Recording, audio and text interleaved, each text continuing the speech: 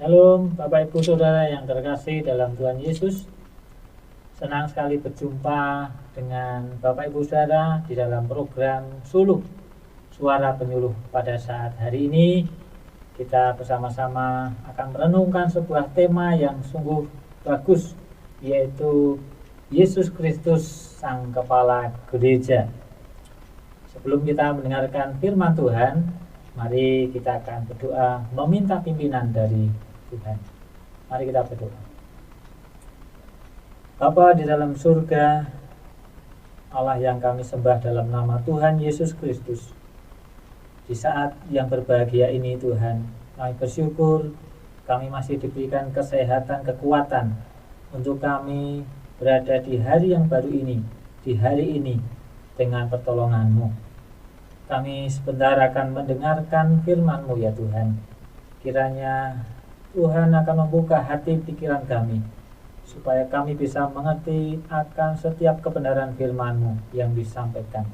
Pakai hamba-Mu untuk kami boleh menyampaikan suara hati Tuhan kepada setiap kami yang ada di saat ini. Terima kasih Bapa di surga. Kami siap mendengarkan firman-Mu dalam nama Tuhan Yesus Kristus. Haleluya. Amin. Bapak Ibu Saudara yang kasih Tuhan, seperti yang saya sampaikan tadi bahwa tema renungan firman Tuhan pada saat ini adalah Yesus Kristus Sang Kepala Gereja. Firman Tuhan ini kita akan ambil di dalam Efesus 1 ayat 22 sampai 23. Efesus 1 ayat 22 sampai 23. Saya akan bacakan firman Tuhan buat kita semua. Dan segala sesuatu telah diletakkannya di bawah kaki Kristus, dan Dia telah diberikannya kepada jemaat sebagai kepala dari segala yang ada. Jemaat yang adalah tubuhnya, yaitu kepenuhan Dia yang memenuhi semua dan segala sesuatu. Demikianlah pembacaan firman Tuhan pada saat ini. Berbahagialah kita yang membaca, merenungkan, terlebih yang melakukan setiap kebenaran firman Tuhan. Bapak Ibu yang terkasih dalam Tuhan Yesus, kalau kita berbicara tentang gereja itu bukanlah dibatasi oleh gedung saja, bangunan saja. Tapi gereja yang sesungguhnya yang akan saya sampaikan di sini adalah kita, yaitu kumpulan orang-orang yang percaya kepada Tuhan Yesus. Sesuai dengan arti dari gereja, yaitu eklesia. Eklesia dalam bahasa Yunani di sana mempunyai arti bahwa dipanggil keluar. Dan eklesia berarti adalah kumpulan orang-orang percaya yang dipanggil keluar dari dunia kepada Tuhan Yesus Kristus. Itulah gereja, yaitu orang-orang yang percaya kepada Tuhan Yesus.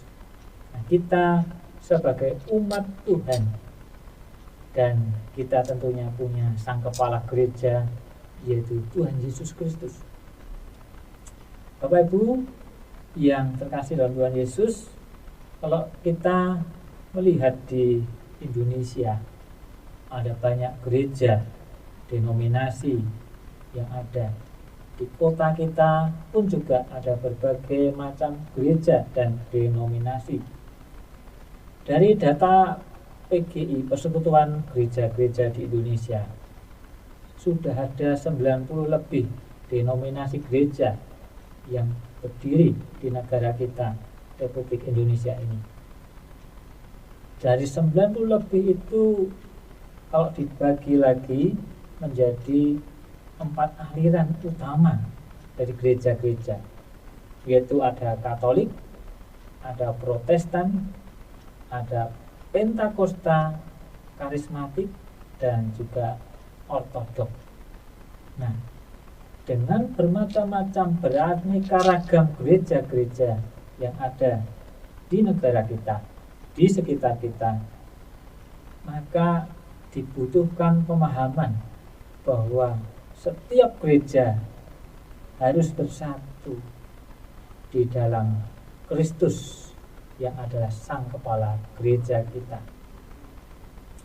Ada 5 hal yang ingin saya sampaikan pada saat ini sehubungan dengan tema perenungan kita. Yang pertama, yaitu bahwa setiap orang percaya telah dipersatukan di dalam Yesus Kristus. Seperti yang saya sampaikan tadi, bahwa kita walaupun banyak bermacam-macam, beraneka ragam gereja dan denominasi, di sana kita dipersatukan dalam satu nama, yaitu Tuhan Yesus Kristus.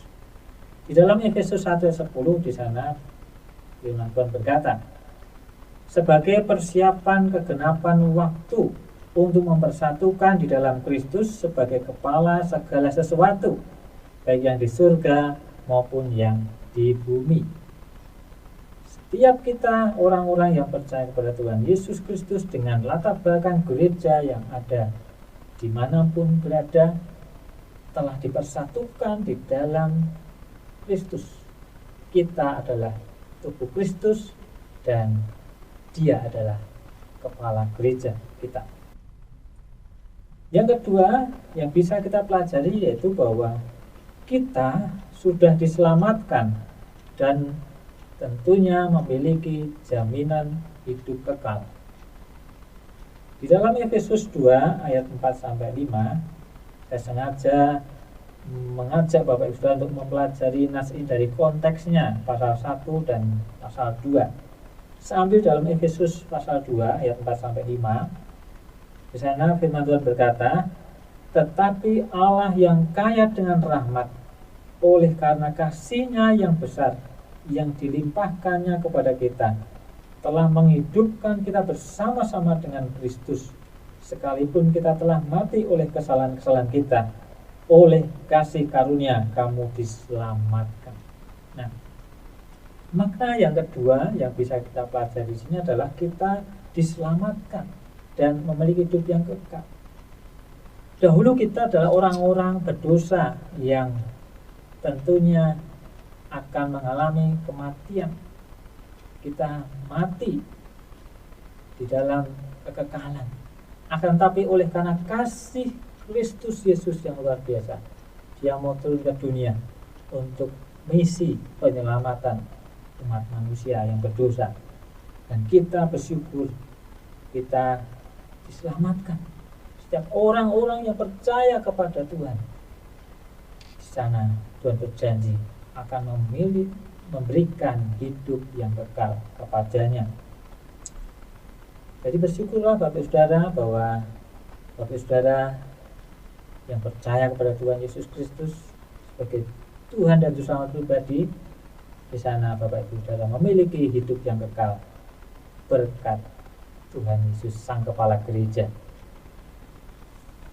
Yang ketiga yang bisa kita pelajari adalah bahwa kita telah dipersatukan dengan orang-orang percaya lainnya menjadi satu tubuh dalam Kristus.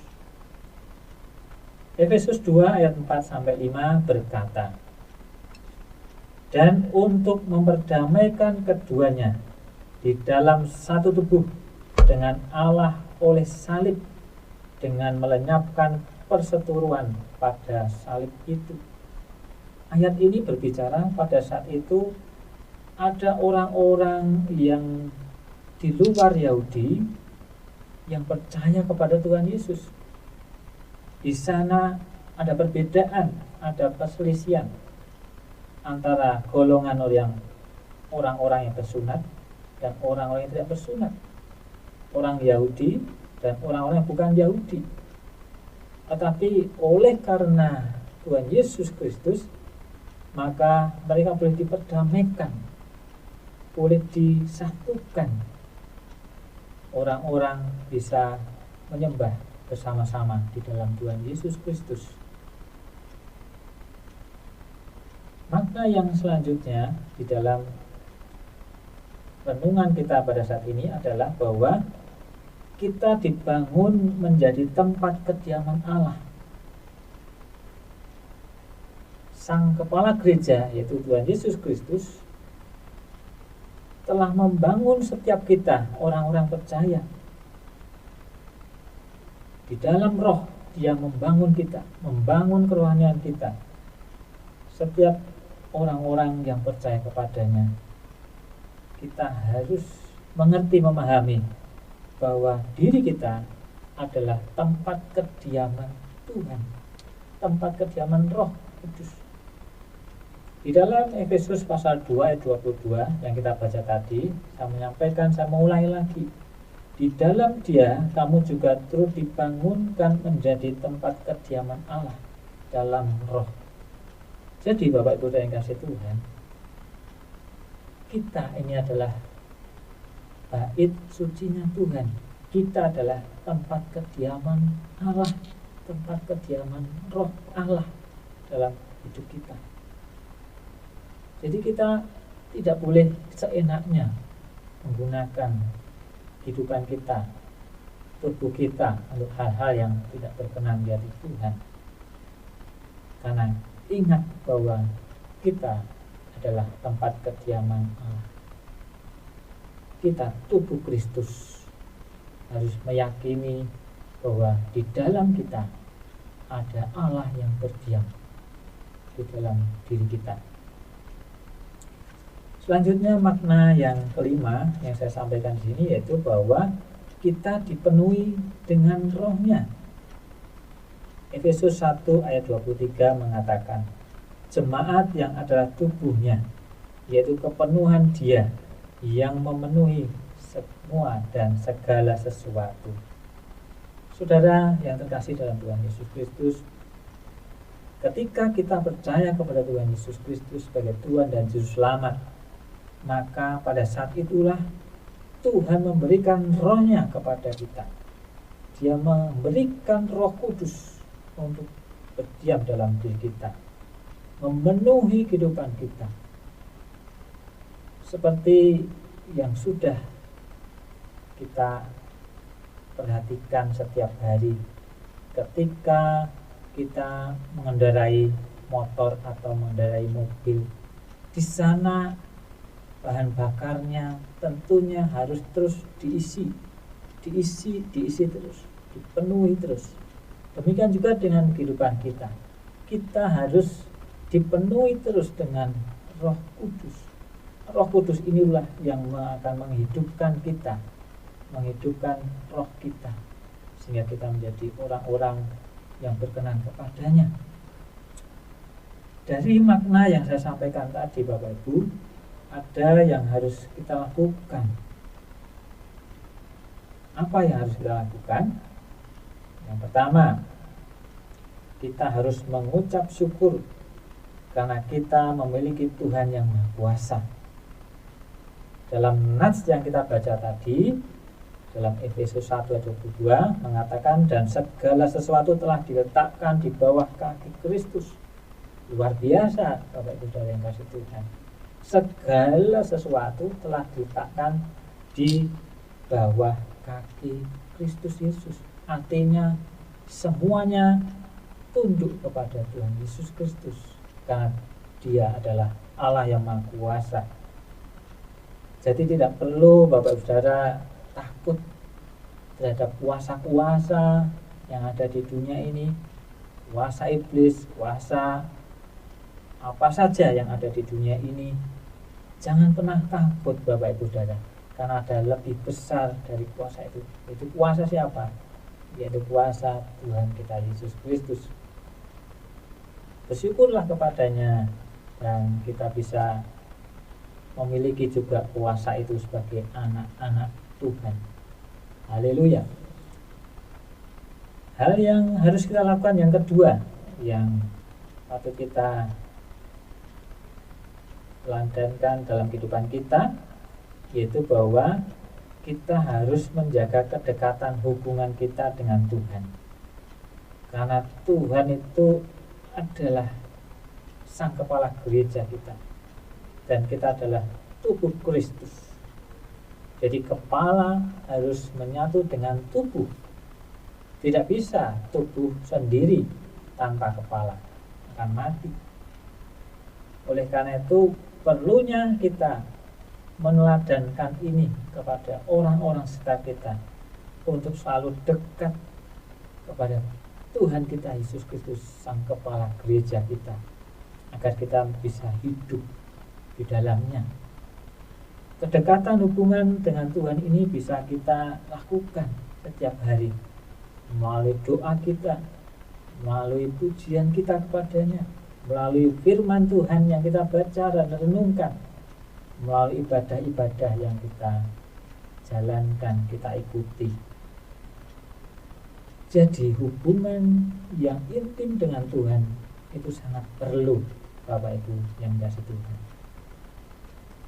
Kemudian yang ketiga yang harus kita lakukan adalah saling menghargai perbedaan gereja dan denominasinya. Di awal tadi saya sudah menyampaikan ada banyak denominasi yang ada, denominasi gereja yang ada di negara kita maupun di kota kita masing-masing. Nah, perbedaan itu tidak mengurangi kita dalam kita untuk bersekutu dengan Tuhan, dengan saudara-saudara seiman kita. Lembaga-lembaga gereja ini adalah alat Tuhan untuk bersatukan orang-orang percaya di dalam satu organisasi gereja. Tetapi kalau kita berbicara tentang tubuh Kristus, maka di sana tidak ada lagi orang yang menganggap dirinya penting, dirinya paling bagus, paling wah dan paling segalanya. Masing-masing denominasi gereja mempunyai kelebihan masing-masing, dan kita sebagai sesama tubuh Kristus harus menghargai perbedaan itu. Cara berdoa, cara beribadah, cara memuji Tuhan, itu adalah keanekaragaman yang luar biasa, yang tentunya tujuannya hanya satu, yaitu untuk menyembah Tuhan kita Yesus Kristus. Tuhan tidak melihat bagaimana cara kita beribadah, cara kita menyanyi, tapi yang Tuhan lihat adalah kesungguhan kita dalam kita memuji, memuliakan Tuhan. Oleh karena itu, mari kita saling menghargai perbedaan gereja dan denominasi yang ada. Mari kita saling menghormati mereka di saat mereka beribadah dengan cara mereka. Bapak Ibu yang dikasihi dalam Tuhan, yang keempat yang harus kita lakukan yaitu tetap menjaga kesatuan tubuh Kristus. Seperti saya sampaikan tadi bahwa kita adalah tubuh Kristus dan Dia adalah kepala gereja. Dan ketika kita memahami bahwa kita adalah tubuh Kristus, maka di sana akan timbul rasa kesatuan, rasa kesatuan sesama tubuh Kristus. Oleh karena itu kita harus tetap menjaga kesatuan tubuh Kristus ini. Kita bersyukur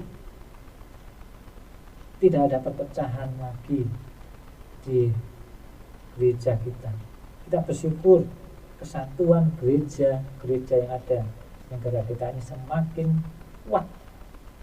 Kita bersyukur itu karena Tuhan Yesus Kristus, karena karya Roh Kudus, sehingga kita semakin kuat menjaga persatuan dalam tubuh Kristus ini. Dan yang kelima yang harus kita lakukan adalah hidup dalam pimpinan Roh. Tadi saya sampaikan bahwa di dalam Efesus 1 ayat 23 mengatakan bahwa jemaat yang adalah tubuhnya, yaitu kepenuhan Dia yang memenuhi semua dan segala sesuatu. Tuhan Yesus Kristus memenuhi kita dengan Roh-Nya. Roh Kudus inilah yang senantiasa akan memimpin hidup kita, memimpin jalan hidup kita. Yang perlu dilakukan adalah kita harus taat terhadap pimpinan Tuhan ini. Kita harus taat terhadap pimpinan Roh Kudus. Jangan sekali-sekali kita membangkang apa yang diperintahkan disuarakan oleh Tuhan dalam hati kita, kita dengarkan dan kita lakukan. Waktunya beribadah, kita beribadah. Waktunya kita berdoa, kita berdoa. Waktunya kita berbuat baik, kita berbuat baik. Jangan sampai kita melawan keinginan Roh Kudus. Jadi Bapak Ibu Saudara yang terkasih dalam Tuhan, renungan kita pada saat ini, kalau boleh saya simpulkan, yaitu bahwa marilah kita sebagai orang-orang percaya, yaitu tubuh Kristus, senantiasa melekat kepada Sang Kepala Gereja kita, yaitu Tuhan Yesus Kristus. Hiduplah dalam ketaatan kita kepada Sang Kepala Gereja kita. Kiranya setiap firman Tuhan ini bisa memberkati kita, membuka, mengingatkan kita, wawasan kita bahwa kita jemaat Tuhan ini adalah tubuh Kristus dan Dia adalah Sang Kepala Gereja kita yang harus kita taati senantiasa. Terpujilah nama Tuhan. Tuhan Yesus memberkati. Mari kita akan berdoa mohon pertolongan Tuhan supaya kita bisa melakukan firman Tuhan ini. Kita akan berdoa. Bapa Surgawi, Bapa yang kami sembah dalam nama Tuhan Yesus Kristus, terima kasih Tuhan atas kebenaran firman-Mu yang sudah kami dengarkan. Hamba-Mu yang penuh keterbatasan ini, Tuhan sudah pakai menjadi alat untuk menyampaikan kebenaran firman-Mu. Kiranya suara hamba-Mu berhenti, tapi Roh Kudus akan terus mengingatkan kami akan setiap firman Tuhan yang kami dengarkan saat ini, untuk kami lakukan, terapkan dalam kehidupan kami masing-masing, sehingga kami terus senantiasa disatukan di dalam tubuh Kristus. Terima kasih Bapa di surga, berkati setiap umat-Mu yang ada saat ini, berkati mereka, berkati dimanapun mereka berada, yang menyaksikan program ini, Kau akan tolong mereka, berikan mereka kekuatan, kesehatan, dan juga berikan mereka perlindungan senantiasa. Di masa-masa pandemi ini, mereka akan terus bisa menjaga hubungan mereka dekat dengan Tuhan, Sang Kepala Gereja. Terima kasih Bapa di surga. Di dalam satu nama Tuhan Yesus Kristus, kami berdoa dan bersyukur. Haleluya. Amin. Puji nama Tuhan. Bapak Ibu yang kasih Tuhan, tak intinya saya di sini sebagai penyuluh agama Kristen Kota Salatiga, Kecamatan Tingkir, menyampaikan untuk kita mematuhi protokol kesehatan yang ada. 5M, jangan lupa memakai masker, mencuci tangan, menjaga jarak, menjauhi kerumunan, dan mengurangi mobilitas. Sampai jumpa di suara penyuluh yang berikutnya. Tuhan Yesus memberkati. Haleluya.